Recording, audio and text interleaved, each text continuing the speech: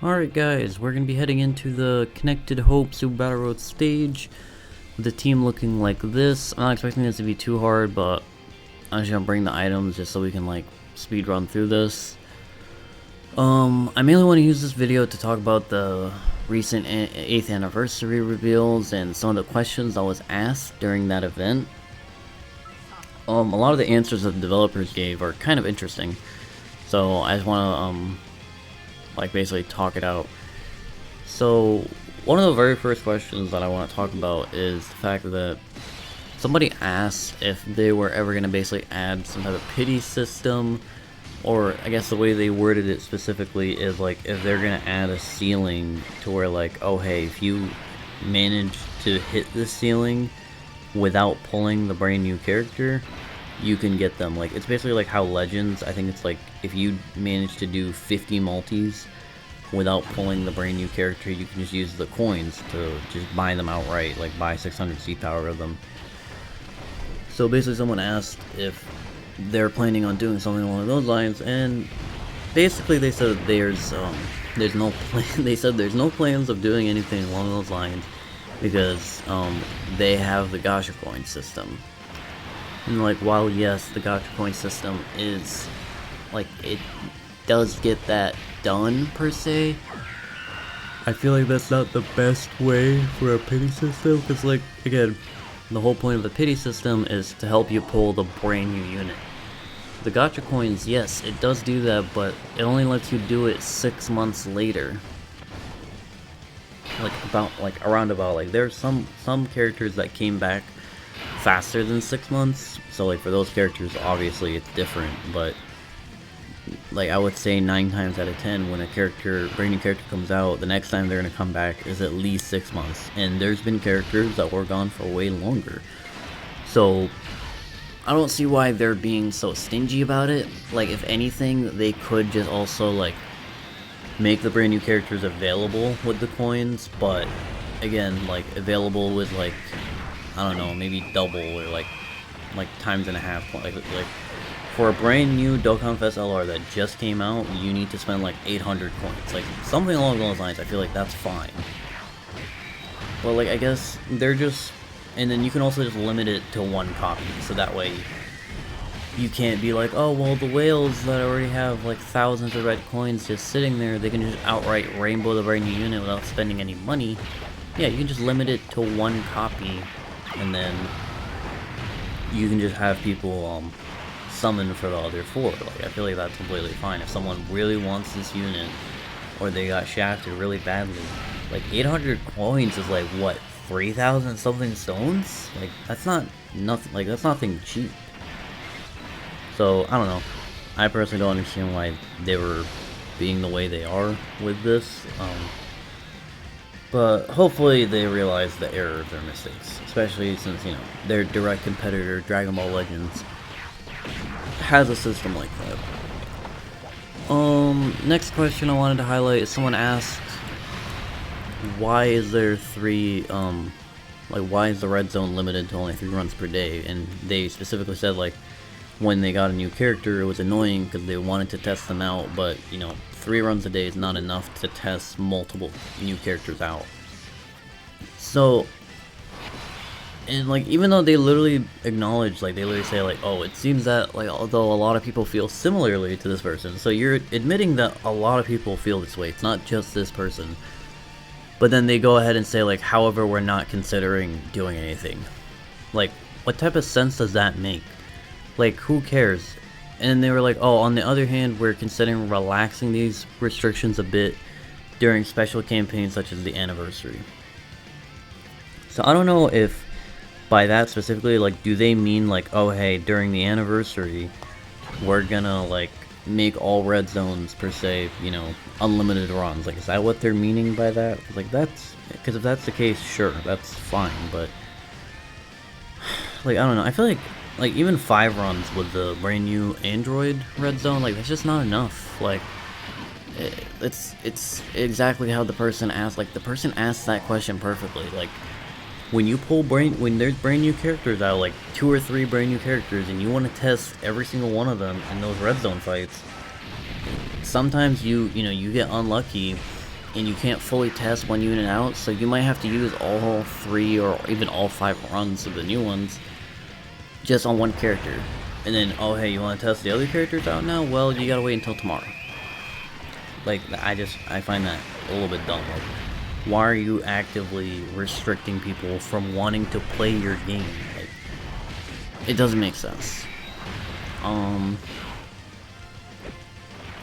hopefully they, again, also realize the errors. Next, they talked about, their plans with, like, EZA 2, I guess, or anything past just regular EZA. And they basically said that they were wanting to do something about it, but they figured out that, I mean, and they're not, this is 100%, let's say, valid, is that they were just saying, like, there's no point of EZAing a character twice if they're just gonna go through the same cycle where, like, you know, probably in 6 months after the EZA, they're not gonna be good anymore. So they're trying to find, like, more of a long-term solution where they can make a character good and, like, they'll stay good, per se. But I feel like the one thing with these games is, like, unless they make a character absolutely busted right off rip, the character is not gonna stay good. Like, there's not really, like, unless they add a system where they can, like, just seamlessly throughout the game's life cycle or something like that. Like, let's say every month they can add, like, a certain amount of attack or defense to this one character's, like, passive. Like, unless they do stuff like that, characters are just bound to age out. That's just, like, how it works. Or they can make a lot of these older characters, like, stop making every character just attack and defense. Give some of these characters some type of usability, like, you know, oh, this guy has a, you know, Ghost Usher active skill. Oh, this guy has like a he gives defense to the entire rotation on his active skill, or like he gives insane defense support. He has insane damage reduction. Like look at AGL Golden Frieza. I don't think that guy is ever gonna age out, because guess why? He has 90% damage reduction.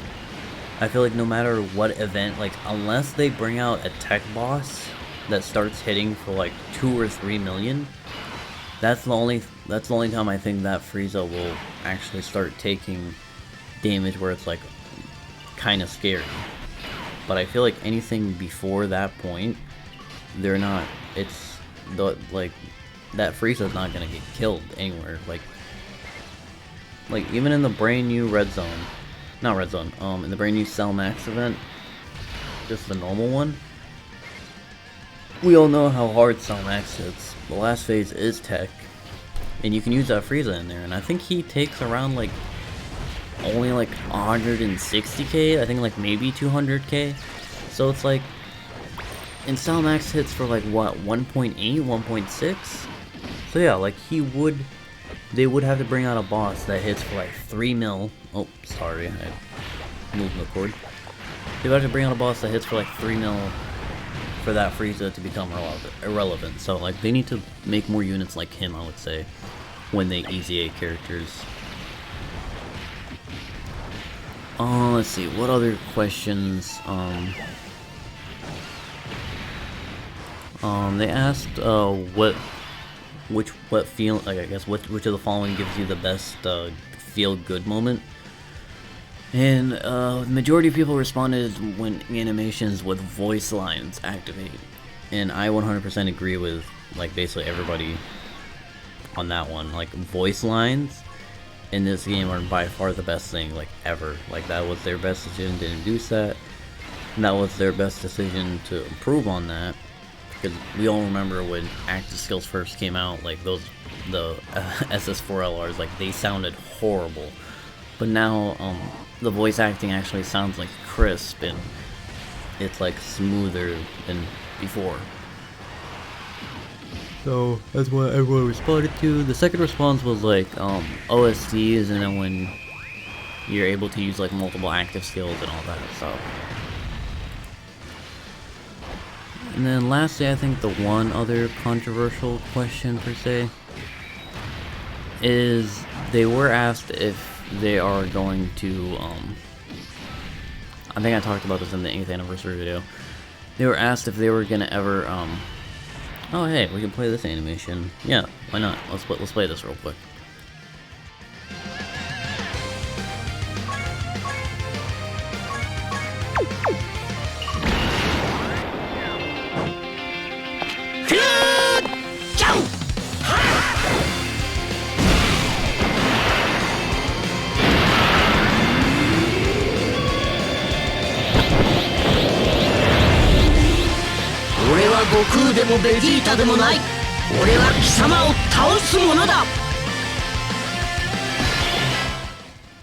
Alright.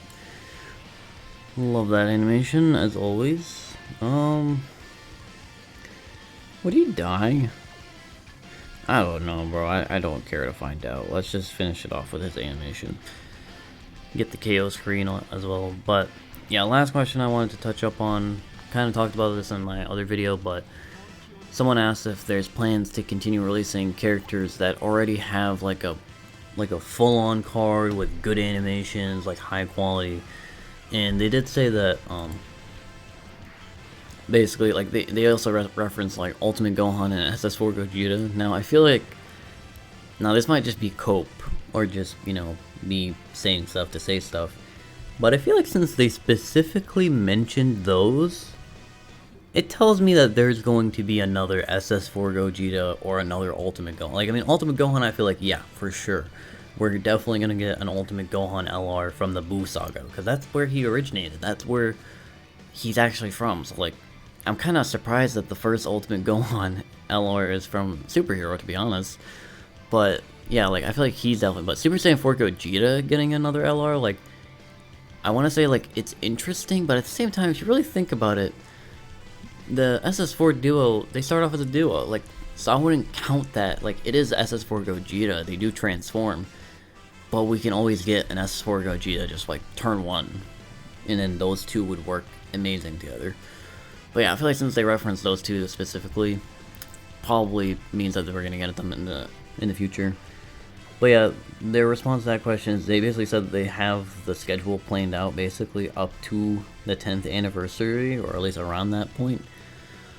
So, and then they also said that they will always release characters that live up to the hype of anniversary and like worldwide download celebration. So you know what that means. They're basically saying that, like, we don't care that you want like Yamcha and Chow, like, you know, Tien and Chaozu or something, like, anniversary and worldwide download, yeah, it's gonna be some form of Goku and Vegeta, or Gogeta, because that's what people want, and that's what makes the money.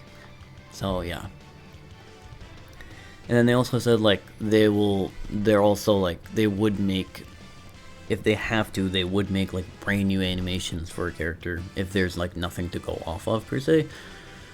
So that's cool. We might be seeing some more Dokkan original stuff. But yeah, like, I just want to talk about those Q&A questions since I couldn't cover those in the earlier video since the translations weren't up at the moment. But again, shout out to Goresh. Go check him out on Twitter. He has his own YouTube channel as well. Thanks for all the translations as always. Nonetheless, that was a fairly easy stage. I was just spamming items because I just didn't want to die while I'm talking about the Q&A, but yeah, that was it. Probably could have built a better team too, but Connected Hope is not really the best team anyways, so it's whatever. If you made it this far in the video, thank you very much. I really appreciate you watching this far. But yeah, I'll see you guys in the next video. Peace.